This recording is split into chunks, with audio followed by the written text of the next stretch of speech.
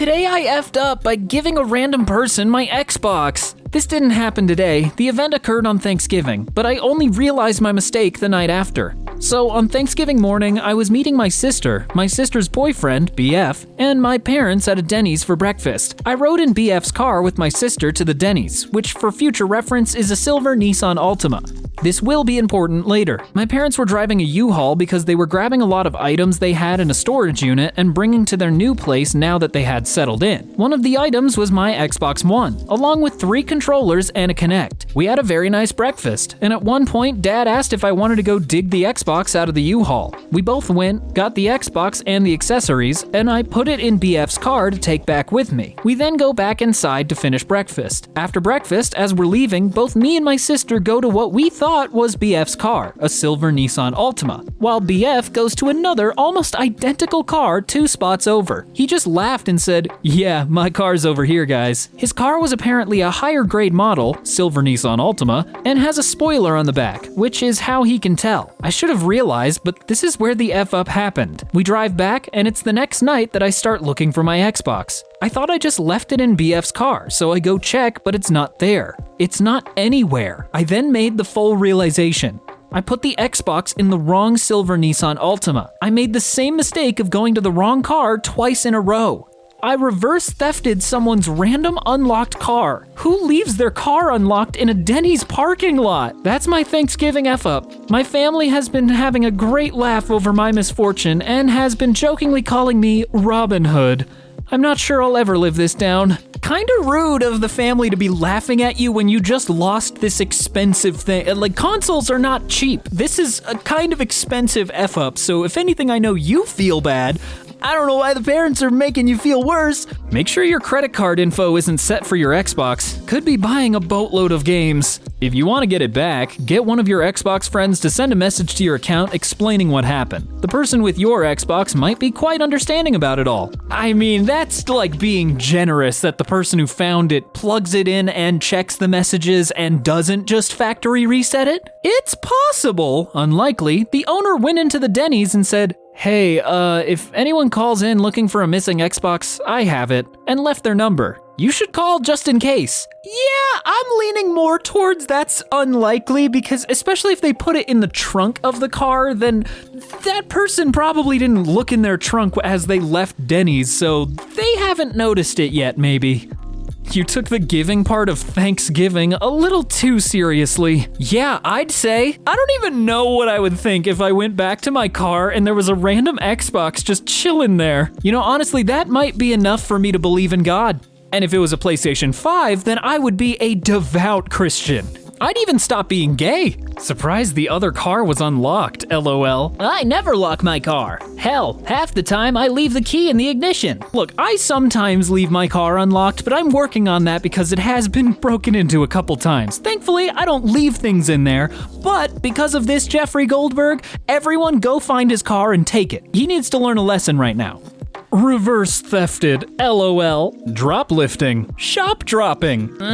Shop dropping? Are we sure about that one? You might need to cook that one a little longer. Today I effed up by dropping off my dog at my kid's school. Obligatory, this was actually yesterday, but you get the idea. So I have a 16-year-old dog, 10-year-old daughter, 6-year-old son, and 4-year-old son.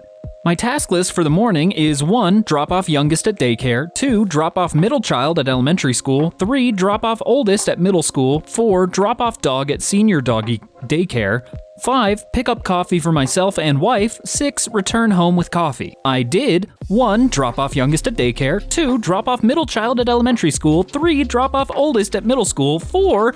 Pick up coffee for myself and wife, 5. Return home with coffee. Now the discerning reader will note that my task list had 6 items, but my executed task list had 5 items. However, the engineer in me would say that I successfully completed the story since the definition of done was return home with empty car and 2 coffees. My wife is a product manager and tells me this is stupid, but WTF do product managers know, right? Anyways, turns out middle child took dog with him when he left car. I was talking with oldest daughter and didn't notice.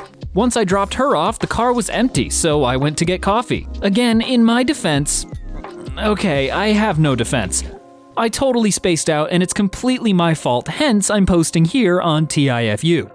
The worst part was showing up at doggy daycare in the afternoon to pick up the dog and having them say, "What dog? You didn't drop her off today." I nearly had an anxiety attack on the spot, but that's also when I checked my voicemail, so it worked out pretty quickly. Anyway, the dog spent the day with my kid at his school. They did, in fact, try to call me once, maybe twice, but according to the story I told my wife, it was only once. But I was on calls, so I didn't notice. It's a small private school, so things went okay, and my kid's class was highly entertained. Dog loves kids and treats, and got plenty of both, so she was fine. In fact, they even sent her home with a daily report card, which I found entertaining. For the record, she did well in reading, but not so well in math, and does, in fact, play well with others. TLDR, drop dog off with kid at kid's school. All involved had fun. I mean, that's a pretty good accidental success. I mean, especially if everything worked out fine. I'm sure your son had an absolute blast. Your TIFU will become one of his best day ever stories. Edit because reading comprehension.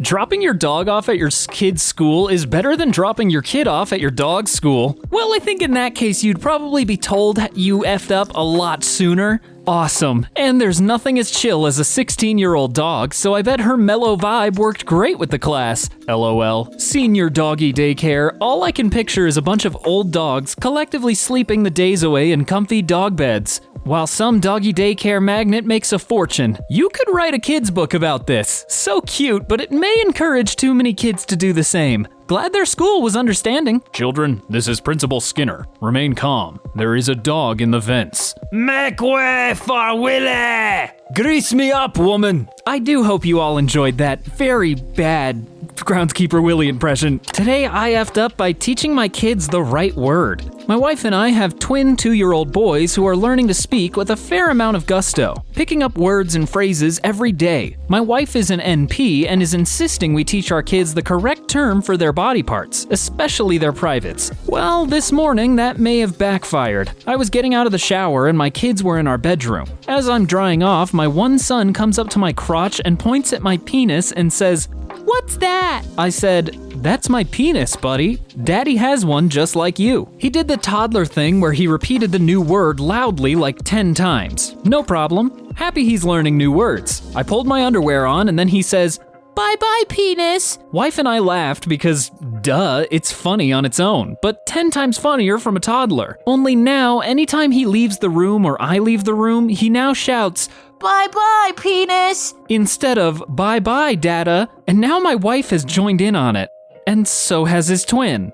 Insert the gif of Captain America saying, "That's not going away anytime soon." TLDR, my family now says, "Bye-bye, penis," anytime I leave the room. Okay, I was getting a little nervous in the middle there, but this is hilarious, actually. It's pretty harmless, it's just silly. My 4-year-old commented that her squeezable toy she got looks like a vagina. She mentioned this loudly and repeatedly in the supermarket. She is totally right, too. It absolutely does. Daddy has one just like you. So your wife isn't a size queen. Oh, come on, low blow, man. Leave him alone. When my daughter was around 3 years old, I asked her what she had for lunch at preschool. It was full day. She promptly answered, "Vagina." Her older brother and I exchanged looks, and she realized she said something inaccurate. So she corrected. "Oh, I said it wrong. We had vagina." Hard to spell, but you'll see what I'm getting at. I start laughing when I realize she meant lasagna. She's 20 now, and it's still one of my favorites. Edit, I remembered more clearly exactly what she said when she corrected herself. Huh, funny story. Anyways, I have to get going. Bye-bye, penis. Not a F up. A few weeks ago, my son was yelling every color he knows followed by penis. I died after he got to black. He was trying to wash it in the tub yesterday and it grew and he started yelling, "Big penis!" Died laughing again. I don't think we need to know that. I don't think we needed to hear that story. That made me a little uncomfortable, actually. Today I effed up by telling my girlfriend her weight gain is unattractive to me. Hey everyone, I'll start off with saying that I am dating my significant other for over 4 years now. She is the love of my life. I definitely love her and I will do anything to make her happy. I'm even saving up to take her to her dream trip and to propose to her there.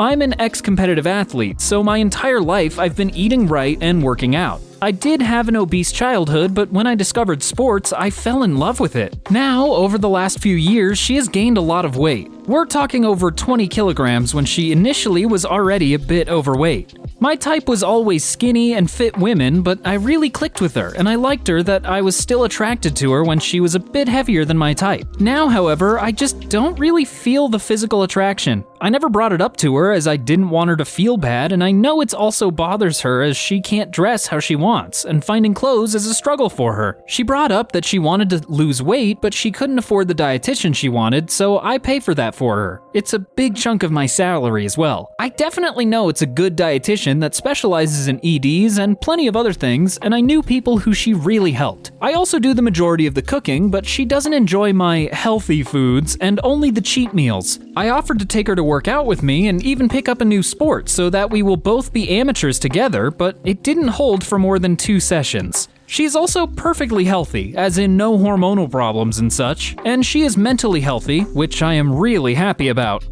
Well, due to my lack of sexual attraction, we barely have sex. She's trying to initiate, but I'm just not into it. Today, she asked me if I would be happy if she lost some weight, and I said, I think you're pretty, but you'll definitely be a supermodel when you get to your goal body. Then she asked me if the reason we have less sex is due to her fat gain, and my stupid brain just said, I think it's part of it, and she doesn't want to talk to me as of right now. TLDR, I accidentally said that I am not attracted to my girlfriend of over 4 years due to her weight gain, and now she doesn't talk to me. Honestly, after seeing that, makes perfect sense. You were definitely rude to even just say the, supermodel body part, because that's just weird. This isn't an F-up. This was a conversation that should have happened before now. She asked a question and got an answer, but it wasn't the answer she wanted, and that's not on you. I mean, I guess, but also, no, you still messed up. It's rude.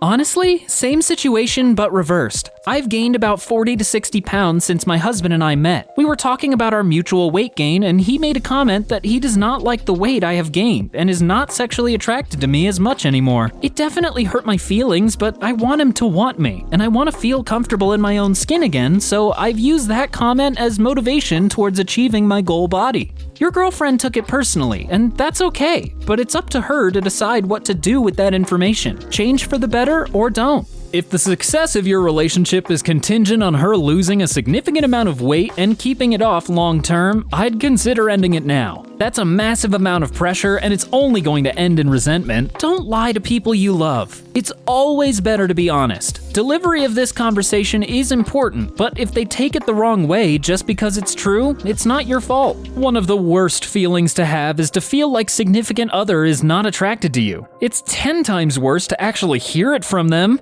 I don't know, man. Maybe you guys aren't compatible. It's a possibility for sure. Sometimes the truth hurts. Be careful of the revenge bod and ensuing mental health issues such as anorexia. Today, I effed up by forgetting to hide the picture frame in my living room. For context, my roommate isn't white, but I am. We were having something delivered today, but I was the only one home to welcome the package. The people delivering it helped me carry it up the stairs, and I made sure to thank them and give them some water after the heavy lifting. Their mood shifted when we got the package into the living room, and they seemed very awkward and uncomfortable. I figured they were just trying to get out fast to continue their other deliveries, but then I remembered what we have framed and on display in the living room. It's a piece of paper my roommate and I found stapled to a phone pole one night that left us in stitches because it has "It's okay to be white" printed on it. We thought it was so funny that we needed to make it our first piece of home decor. FML. TLDR, didn't hide the "It's okay to be white" paper that I have framed and on display when movers came. Ooh, yeah, I can see where your heads were at. You're like, this is so funny, ironically, and people seeing it don't know that you like it ironically, so, oh god. Hang on. This is a Modern Family episode. Phil catches a taxi home from camp wearing a t-shirt that says, "If you ain't white, you ain't right." Apparently a reference to his camp color team. His non-white driver does not take it well. Oh, accidental racism. It hurts so bad. It's like, no, I promise. Getting internet installed at my new house, the installer guy asks, "Okay, what do you want to name your network?" "How about Mega Man X?" He just looked over at me, a horrified and suddenly desperate to leave expression on his face, and goes, "Mega Man?" Oh no, come on, they've ruined Mega Man. I didn't even think of that. come on! I had a picture of Peter Tork from the Monkees in my place, the best one, IMO, and only a few people even asked about it. Some people asked if it was Kevin Spacey? Hell's no to that! My point is, you keep on having silly shit in your place. No explanation necessary. Well, I feel like when you have, maintenance people, delivery drivers, whoever coming into your house, you might have to explain. Eddie Murphy said, "This is my house, and if you don't like it, get the duck out." I mean, he still does have a fair point. I pay the bills in this house. I pay the rent, I pay the mortgage, whatever. I can put whatever I want in here. But if it is slightly racist, you will have to explain it. Even if you found that funny, why would you take it home and frame it? That's weird. Well, who are you to judge, Original Bus 9674, huh? Who are you? I bet you got some weird stuff in your place, too. The delivery driver being weird about my wall art is probably down there with what kind of Cheetos some random dude in Maryland is eating right now, on my list of things I give a fuck about. Today I effed up by pretending that I am 1 year older than all my friends for 5 years. When I was younger, I believed it would be very cool to be older than I am in reality. I went to a summer camp in another country and I didn't really know anyone there. I met a group of people and we clicked. There was one person in the group that was 1 year older than the rest and everyone looked up to him. So I thought it would be a good idea to lie about my age and say that I was 1 year older. I made up some fake birthday that I pretended to be very secretive about as well, and I wouldn't tell them when my real birthday was, ever. For context, I did and still do live in a different country than them. Here we are 5 years down the line and they think I am in my last year of school, when in reality I'm only graduating next year. I really hate that I decided to lie about my age then, but now it is just way too awkward to come clean. But then again, I do realize that I can't pretend to be attending university while still being in school. I feel very bad, but I really do not want to come clean. TLDR, when I was 12, I lied to my friends in summer camp and told them that I am 1 year older than I actually was. It is now 5 years later, and they think I'm going to university next year, but I am not. It's not the worst mess up you could have made. Fudging 1 year is fine. If you were saying, yeah, I'm 5 years older than everyone here, then you might have messed up. Either own up or add another lie and tell them you have to redo a year. Take a leap year. We call it a victory lap.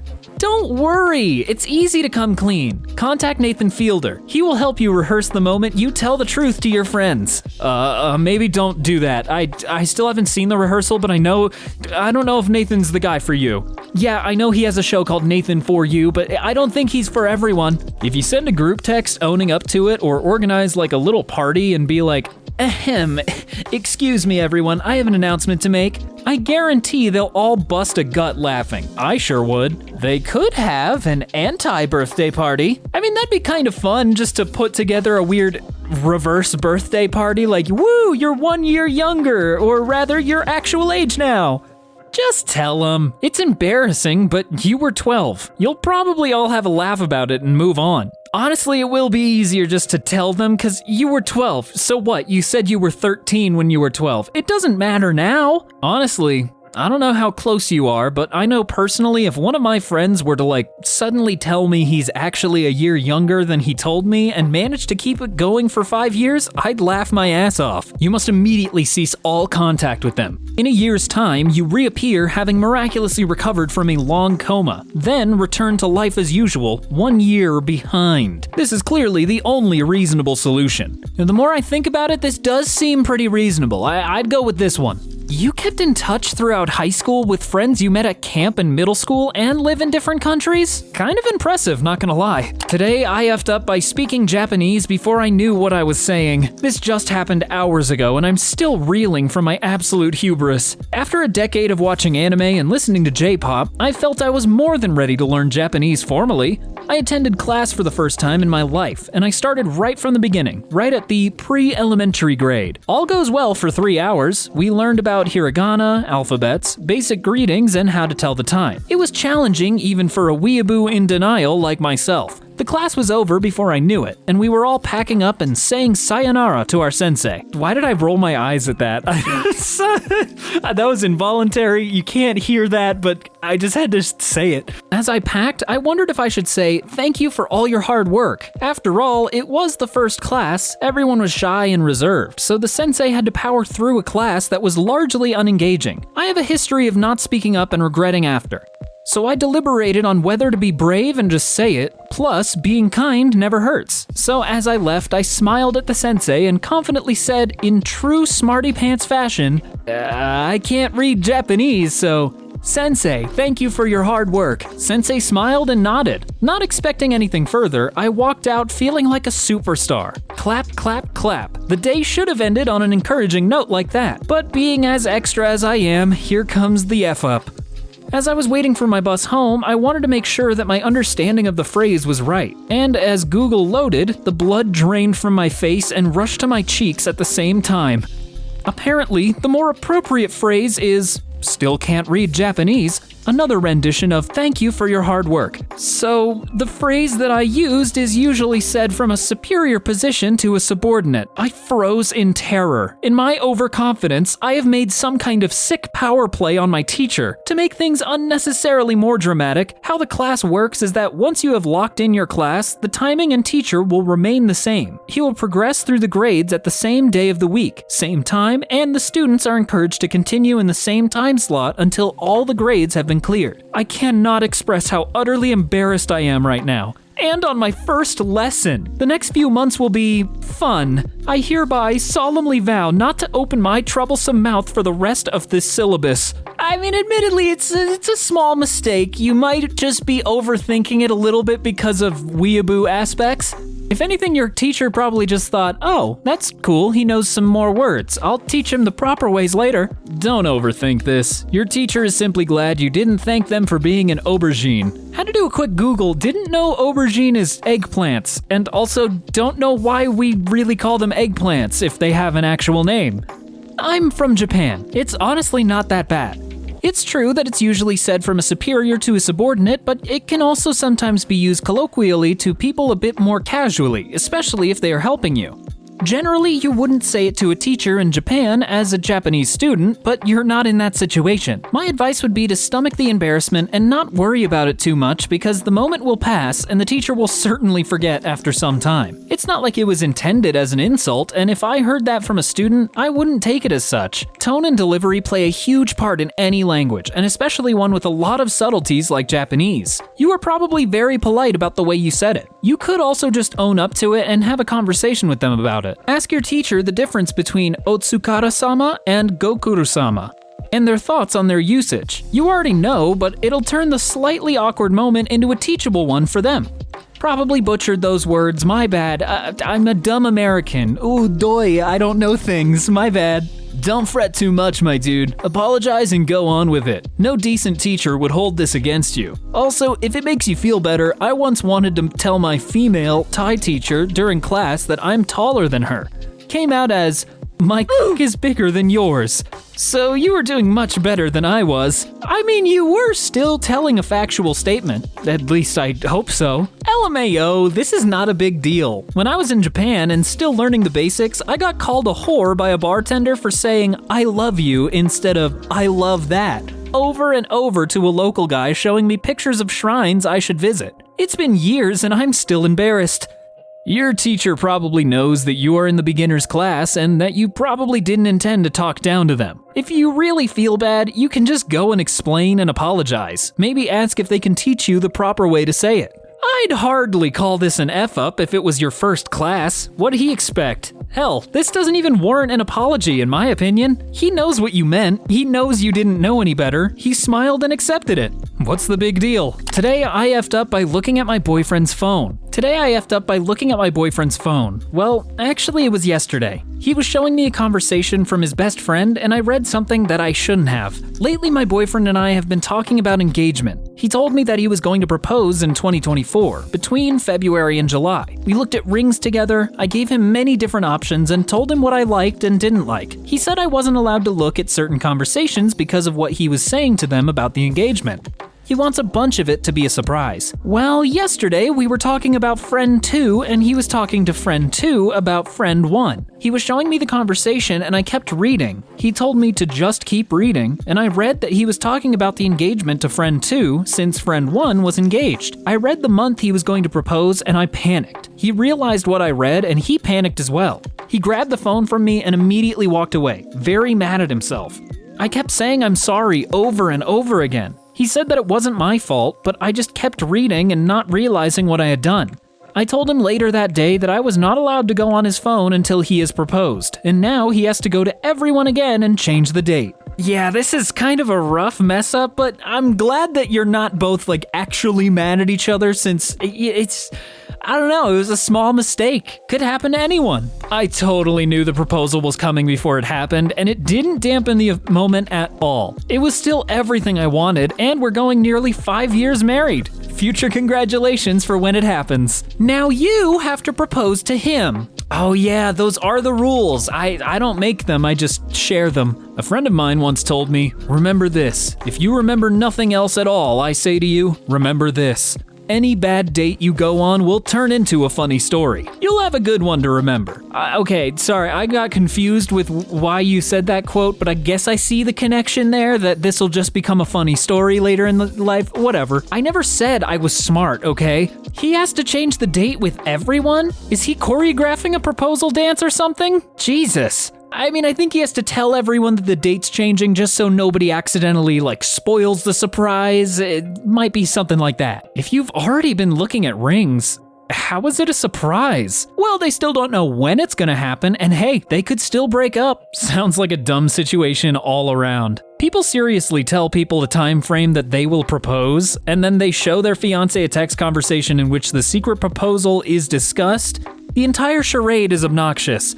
If you both decide you want to get married, just get on with it. I see what you're saying, but some people like the ceremony in it all, it can be fun. If you know you want to get married, just get it done and move on with your life. Yeah, sure, I'm gonna take the advice from the guy who's never experienced magic or whimsy in his heart. Obviously, I don't know if that's true, but come on, let people have fun. Today I effed up by forgetting about some potatoes. My boyfriend was asleep with the door cracked open and I was playing a game on my phone on the couch. I was trying to be very quiet so he could sleep peacefully, which made the whole episode like something from a very tiny version of A Quiet Place. I heard what sounded like a squeaking sound, almost like a mouse. I started freaking out a bit because I kept the apartment quite clean, barring some bits of food that have fallen between the stove and the wall.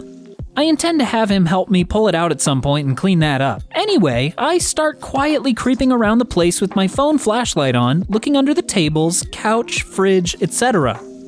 Nothing. No evidence of bugs or mice or any critters, but the squeaking continues. I'm terrified at this point.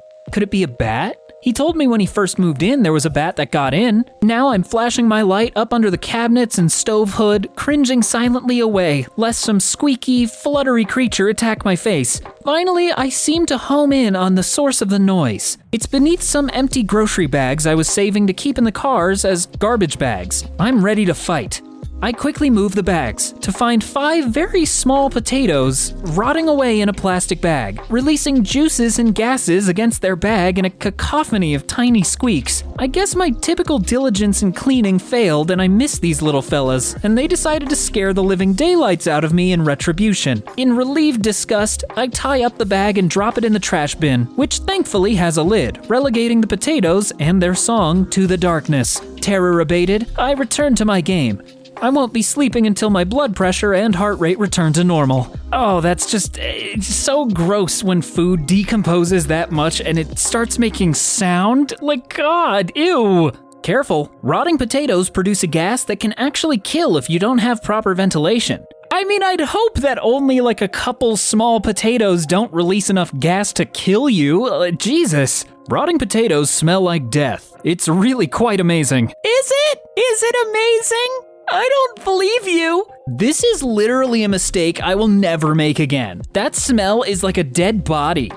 Imagine our surprise. We're just minding our own business and then bam! Username checks out. But why were you making that noise? When I was a kid, my mom brought home a 5-pound bag of potatoes. Nothing fancy, just russet. Inside was a mouse. It got out and started running around the house. The cat just stared at it while the dog caught it. These cats need to work on their game. I swear, so often I'll hear about cats just doing nothing when it comes to bugs, mice, any kind of vermin that's in your house. Cats just sit there, or they get scared. Come on, man. It's your job. You should write short stories. The Song of the Potatoes really got me. You did use some pretty creative language, so I think your writing skills are up to scuff. Today I effed up by making my husband think I was abducted. When getting home from work, a very small and sickly-looking older dog was walking down the street of our neighborhood, which we've lived in for only a few months. I pulled into my driveway and jumped out of the car to go try and catch the dog when our next-door neighbor pulled in behind me and blocked the road and helped me grab the dog. We were taking the dog back to our house, and while we were getting the dog a collar on and reaching out to the local shelter, another neighbor who neither of us knew came up and claimed the dog, saying he had been looking for her.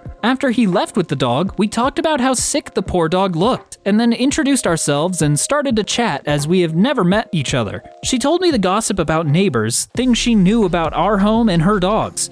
She asked me inside to meet their dogs, which I did, and she was very nice and talked a lot. After a little while, I said I needed to go, and as I was walking outside, we saw a police officer slowly pull into our neighborhood, which was odd. But before I could open the door and get outside, another officer pulled in behind the first, and they were stopped at our house. I ran outside and let the officers know I lived there and asked if I could help them, and they told me I just had. Apparently my car door didn't close, and I had left my phone in the car. My poor husband had called the cops and was in the process of asking the neighbors if they had seen me, but just happened to not go to the house I was actually at. The police were happy to see me home and that my husband acted fast, but soon left us alone to talk to our neighbor about how sickly the poor dog we found was and to go check on it.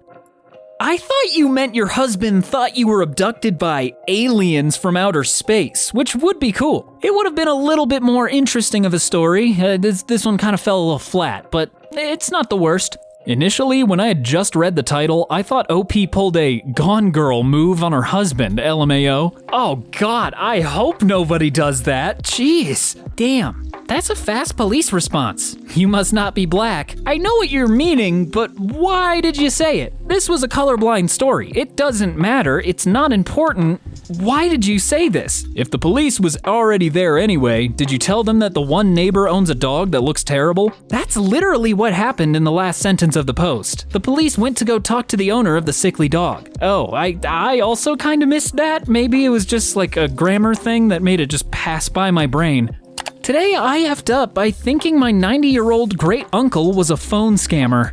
Shortly after waking up, I received a text today asking when my mom's birthday was. I was confused why I'd gotten the message from a random number because pretty much everyone my mom knows also knows her birthday because she's on Facebook all the time. What I do get is a lot of Chinese scammers where they ask weird invasive questions like that. So I Google the number and the first results all detail phone scams, but not an exact match. I'm still suspicious because the text hadn't introduced themselves, so I asked if they were trying to get my information. I ask who they are and I get the name. Now, here's the thing. For some people, the name might be the last thing that sets them off, but I wasn't convinced at first. See, for one, my uncle's name is insanely common. You could probably throw it out to any white family and expect them to have someone named that. But most of all, my uncle uses email. My mom says he thinks it works like texting, and whatever. He's 90, you can't really expect him to know technology. I also don't know how he could have gotten my phone number, so that was another thing that made me question. So I ask him from where. Then, he says my mom's birthday.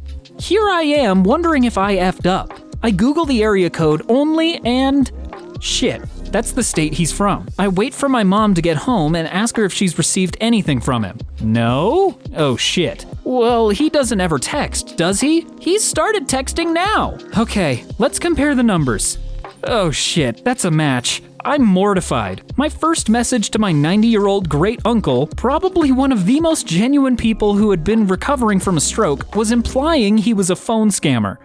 I can't even be mad that he didn't introduce himself because, shit, I didn't even expect him to be able to text. I mean, this one's really not your fault. How are you gonna know that it's your 90-year-old great uncle who doesn't text? Like, there's a lot of things stacking against you to not immediately assume him. No F-up, really. There's so many scammers out there. You did the right thing by verifying who they were before continuing with the conversation. Yeah, that, and also not just blindly sharing personal information about people you know. I think you're okay. You don't want to know what kind of things I am texting back to scammers, LOL. Well, after something like that, of course I'm curious now. You probably even helped him with thinking about phone scammers in the future. Well, that remains to be seen, but maybe. Besides the thought, what did you actually do that is an F-up? I said in my first message that it seemed like he was asking me a security question. Should have asked who he was first. That is the normal human thing to ask. If you get a random number texting you, you say, hey, who are you? Who is this? If they give you a suspicious answer, then yeah, you ask if it's like a scam thing. He probably understands. Getting a text out of the blue like that should make you suspicious.